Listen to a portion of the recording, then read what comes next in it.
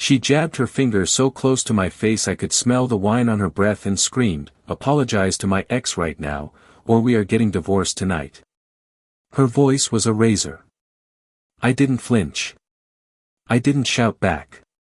I just gave her the smallest, calmest nod, like a surgeon acknowledging the tumor before he cuts. That single nod told her everything she needed to know. The man she married was gone, and the one standing in front of her was no longer scared of losing her. That was the first second she felt the power shift. And the last second she still believed she owned it. 11 years together, 3 years married. On our wedding day her palm was shaking in mine. I told myself it was excitement, bridal nerves. Now I know it was guilt sweating through her skin. Because he was there too, her ex, standing in the very back row wearing a half-smirk that had no business being inside a church. When the reception line came, I shook his hand like a good husband.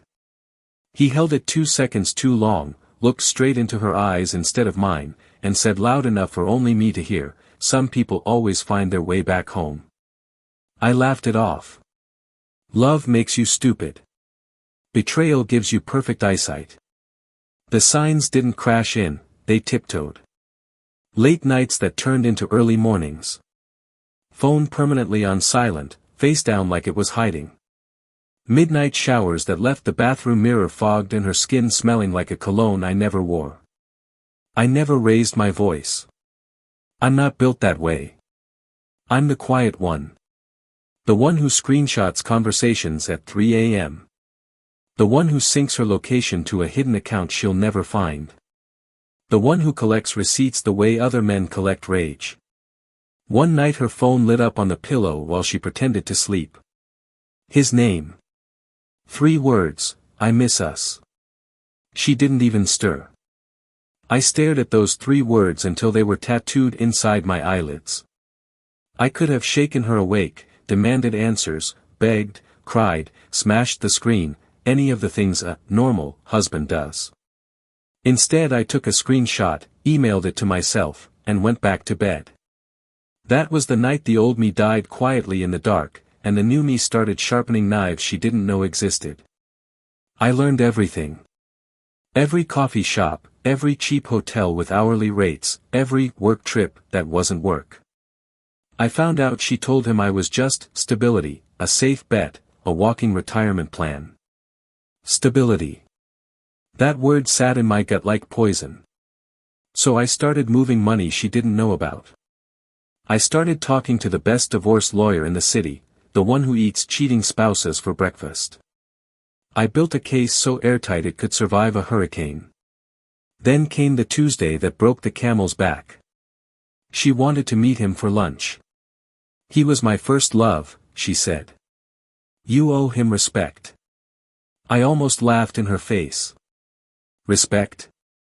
You don't offer respect to the man actively trying to sleep with your wife. You offer him consequences. But I swallowed it, looked her dead in the eyes, and said, "Fine. I'll apologize to him."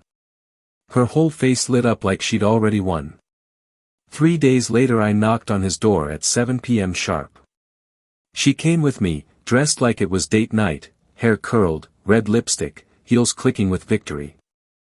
She thought she was about to watch me kneel. He opened the door smiling that same smug smile from the wedding. His wife was standing right behind him, arms folded, already suspicious because I had called her an hour earlier and told her to stay home tonight.